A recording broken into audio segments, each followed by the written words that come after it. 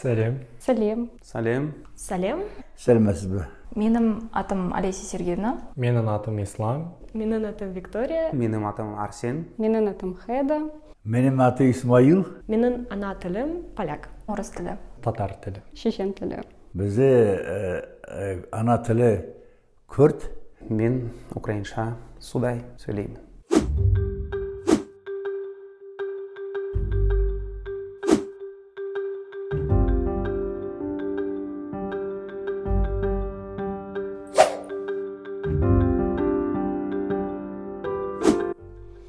Бір.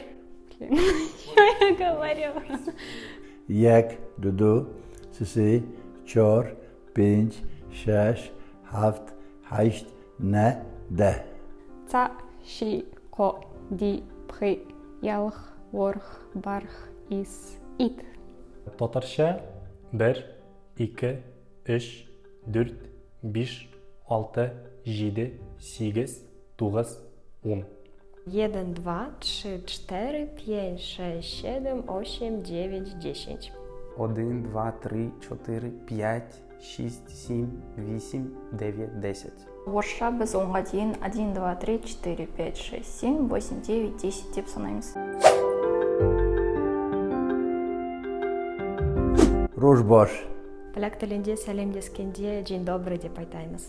Орысша амандасқан кезімізде біз «Здравствуйте» дейміз. Жалпы татар тілінде сәлемдесу, рахмет айту, алғыс білдіру және де қоштасудың өте көп түрлері бар. Сәлемдесудің түрлері күнделікті өмірде қолданылатын ол исәнмісіз, саумысыз. Және де күннің уақытына, яғни уақытқа байланысты хайырлы ерте, хайырлы тон, хайырлы күн, хайырлы кеш, хайырлы түн деп айтуға болады. Шешенше сәлем беру үшін үйредік хыл, дедік хыл айтуға болады. Адамдар көбінесе солай айтады. Мағынасы қайырлы таң, қайырлы күн, қайырлы кеш. Ең танымал украин армандасу ол здоровенький болы. Қазақша аман бол деген білдіреді. Великий спас. Рахмет полякша «Дзинкуе» болады. Күнделікті ол рахмет. Ал енді егер де сіз 1000 алғыс білдірсеңіз, онда рахмет түшкірі деп айтасыз. Яғни сіз жаңағы сізге жақсылық жасаған адамға рахметпен түшкіресіз. Орысша спасибо. Украин тілінде рахмет айтуға екі сөз бар. Бірінші сөз ол спасибі және екінші сөз ол дякую. Шешен тілінде рахмет сөзінің бірнеше нұсқасы бар. Бірінші сақыл деп сізге бірдеңе бергенде, сыйлық бергенде, немесе сізді тамақтандырған кезде айтасыз. Оның тура мағынасы Алла сізге садақа берсін. Ал мысалы сізге бір жақсылық айтылса, немесе жасалса, сізге көмектессе, сіз делрес хил айтасыз. Оның мағынасы Алла разы болсын. Тағы да көп қолданылатын ол Алла ярдәме насып етсін, яғни Алланың жәрдемі насып етсін, рахметлер яусын, рахмет яңғыры. Рахмет яңғыры бұл рахмет жаңбыры. Баркал деген сөз араб тілінен келді. Оны барлық жағдайда айтуға болады. Ол сөз қазақ тіліндегі бәрекелді сөзімен түбірлес. Осылай біз шешенше рахмет айтамыз.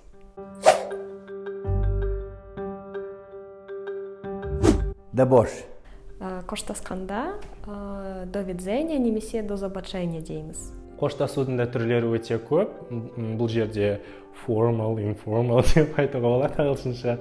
Егер де жасы үлкен кісі болса, сау болыңыз, хуш шығыз деп айтуға болады. Егер де ол сіздің жасыңыздағы кісі болса, онда хуш, сау бол деп айтуға болады. Ең танымал сөз до зустрічі. Қазақша ол кездескенше. Қоштасқан кезімізде біз до свидания дейміз. Татарлар қоштасқанда өте ұзақ қоштасады. Қоштасқанда олар өмірде болған оқиғаларын бәрін есіне түсіріп, ең соңғы нүкте қоятын фраза ол исәнлікте, саулықта көрішербіз.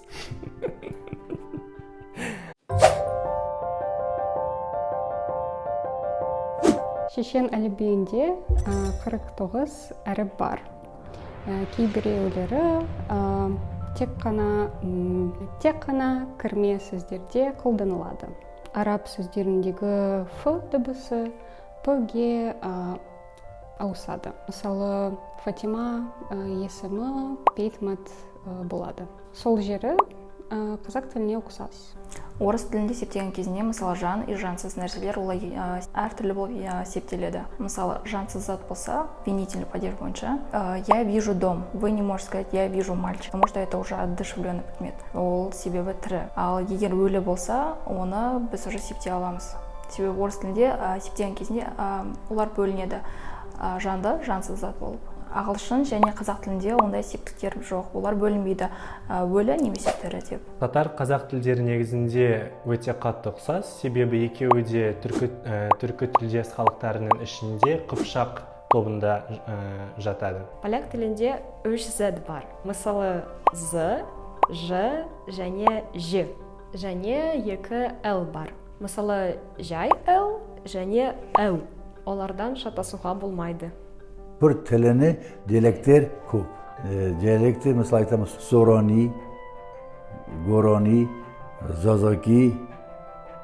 Sorani, Gorani, Kurmanji. Sorani, Gorani, Zazaki и Kurmanji. Төрт. Сосын біз Қазақстанда бізді диалekti Kurdi. Zmoni Kurdi. Украин тілі славян тілі. Бірақ сонда да қазақ тіліне ұқсас жерлер бар. Мысалы, қалай естілсе, солай жазылады. Мысалы, сөз суд орысша да, украинша да бірдей жазылады. Молоко. Бірақ украинша осы сөз молоко болады, ал орысша молоко. Яғни о болады. Қазақ және татар тілінің айырмашылығы, қазақ тілінде біз барамыз, татар тілінде біз барабыз. Яғни м және б әріптері ауысады. Осындай айырмашылықтар өте көп. Б және м әріпі, и және е әріпі, мысалы, татарша ет, ол ит. Яғни, егерде бәліш етпен болса, татарша ол итлі бәліш. Бірақ ит татарша хайуан, жануар, ит бола.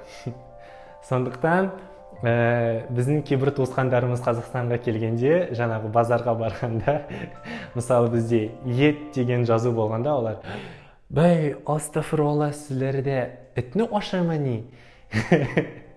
Сонда олар біз мұнда Қазақстанда итті жейміз деп ойлайды. Ал қазақтар, татарларды ет болғандықтан кейде осындай түсініспеушілік болады. Ö және Ö әріптері. Мысалы, қазақша көз болса, татарша көз. Күту. Күт мені, күт мені. Мені күт. Орыс тіліндегі ең басты ережесі ол ударениялар болып есептеледі. Себебі оны дұрыс қоймаса, сөздің мағынасы өзгеріп кетеді. Bir tili, Farsi tili başı o çocuk razısı var, но bırak одинаково başı. Ya olsaydı. Және де татар тілінде егерде а әрпінің алдында қатан дауыссыз дыбыс болса, онда сол қатан дауыссыз дыбыс пен аның арасында міне кішкентай ғана о әріпі болады. Ол жазылмайды, бірақ сөйлегенде ол дыбыс секілді дыбыспен білдіріледі. Мысалы, қазақша қасық болса, татарша қошық. Татарстан, татарлар. Біз өзімізді татарлар деп айтмаймыз, біз өзімізді татарлар деп айтамыз. Украин тілінде түркі сөздер көп. Қауын, қарбыз, украинша кавун, гарбуз болады. Поляк тілінде ең ұзын сөз бұл Константинополитаншиковянечка. Оның мағынасы Константинопольде тұратын адам. Сен мен сіз ағылшын тіліндегі you сияқты бір сөзбен беріледі. Ол сөз хо. Мысалы, мен мұғалімге де, досыма да хо деп айтаймын. Негізінде татарлар сөйлегенде эмоцияға өте қатты берілетін халық. Мысалы, қазақ тілінде секілді шулай міне? Ол таңғалғанда, біреу жаңағындай жаңалық айтқанда, өзіңіздің эмоцияңызды, таңғалғаныңызды шулай міне деп білдіреді. Украин тілінде айлардың атауы січень, лютый, березень, квитень, травень, червень. Тічень ескі жылды ауыстыруды білдіреді. Лютый қатты аяз дегендің білдіреді.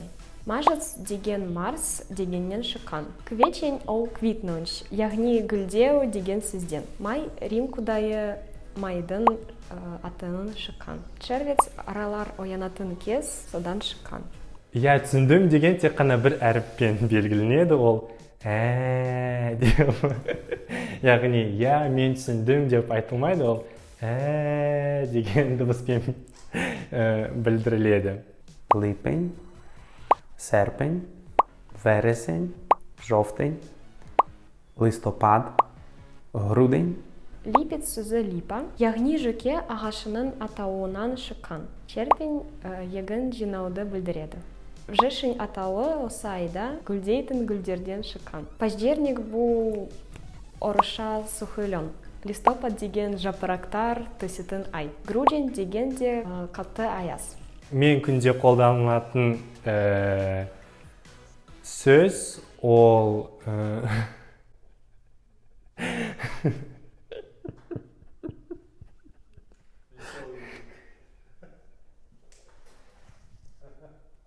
мен күнде қолданылатын сөз ол кит әлі, немесе кит тоннары. Яғни ол орысша айтқанда да ладно дегенді білдіреді. Сосын украин тілінде бір қызықты сөз бар, ол кроватка. Сіздің ойынша осы сөз не білдіреді? Дұрыс жауабы ол галстук. Поляк және орыс тілдері ұқсас, өйткені олар славян тілдері. Бірақ әртүрлі аударылатын көптеген сөздер бар. Мысалы, диван. Орыс тілінде ол диван, ал поляк тілінде ол кілем деген білдіреді. Немесе запоминать, ұмыту дегенді білдіреді, ал орысша запоминать, есте сақтау дегенді білдіреді. Шешен тілінде ерекше дыбыстар бар. Оларды сіз естімеген болуыңыз мүмкін. Мысалы, т.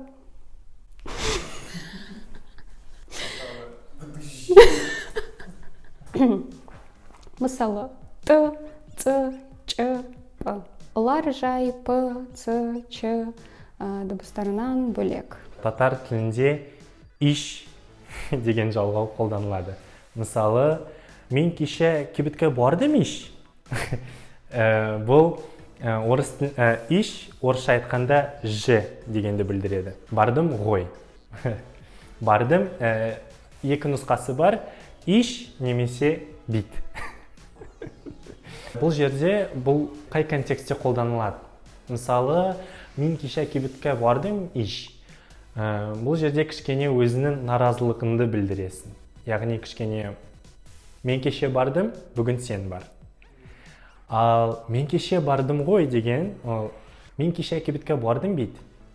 Яғни бұл жерде иш кішкене эмоционалды күрделі. Кішкене күрделі болып келеді. Мысалы, нәрсе ішлерге, менің қызым Лондонда оқыды биш. Оқыды иш, оқыды.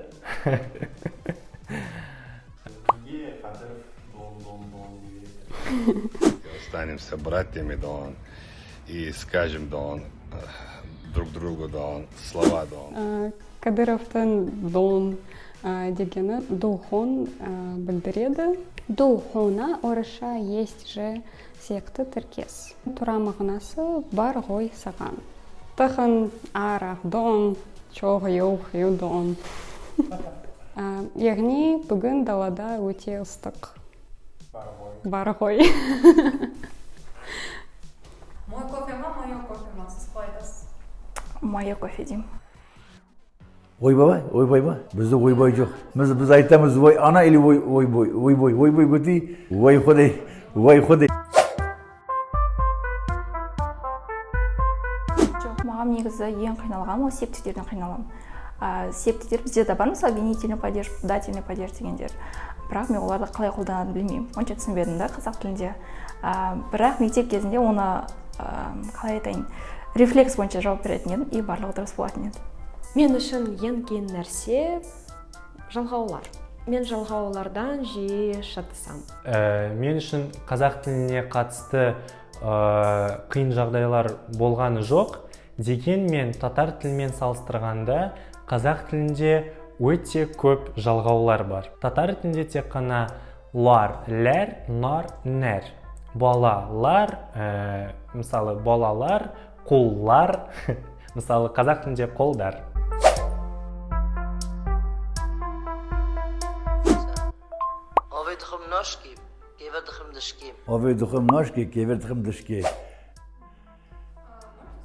Мен сіздерге Сергей Есенин өлең оқып берейін. Письмо к матери. Ты жива еще, моя старушка? Жив и я. Привет тебе, привет. Пусть строится над твоей избушкой тот вечерний, несказанный свет. Полякша Жанулпаш. Chrząszcz brzmi w ścinie, w szczebrzeszynie, w szczękach chrząszcza szczęści miąższ, szczypawka czka w Szczecinie, chrząszcza szczudłem przechścił wąż. Пишет мне, что ты, тая тревогу, загрустила шибко обо мне, что ты часто ходишь на дорогу в срамотном бедном шушуне. Strząsa skrzydła z żu, a ćmiel w puszczy, tuż przy pszczynie, straszny szczyna szum. Қазақстан менің жаным. Алла шүкірға тихо қазақша сөйлейміз жай. Иншалла. Алла шүкірға уже тихо уже осваиваюсь. Көп. Менің көп друзья бар, қазақ жігіт бар, көп менің бауырым бар.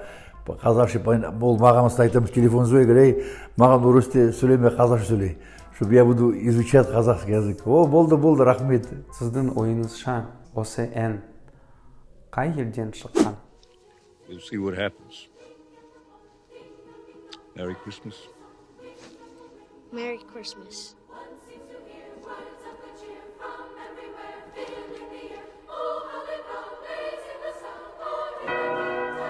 Ол қазір Америкада өте танымал. Оның аты Америкада Carol of the Bells. Ол Украинадан шыққан. Бұл Щедрик деген халық әні.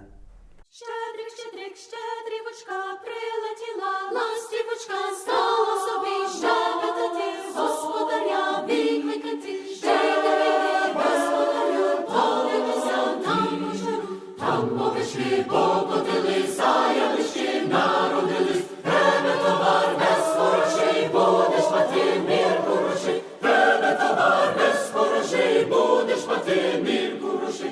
Хоч не гроші, хоч не гроші, то голова, в тебе жінка чорноброва. Щедрівочка прилетіла. Хош, сау болыңыз, бек зор рахмет.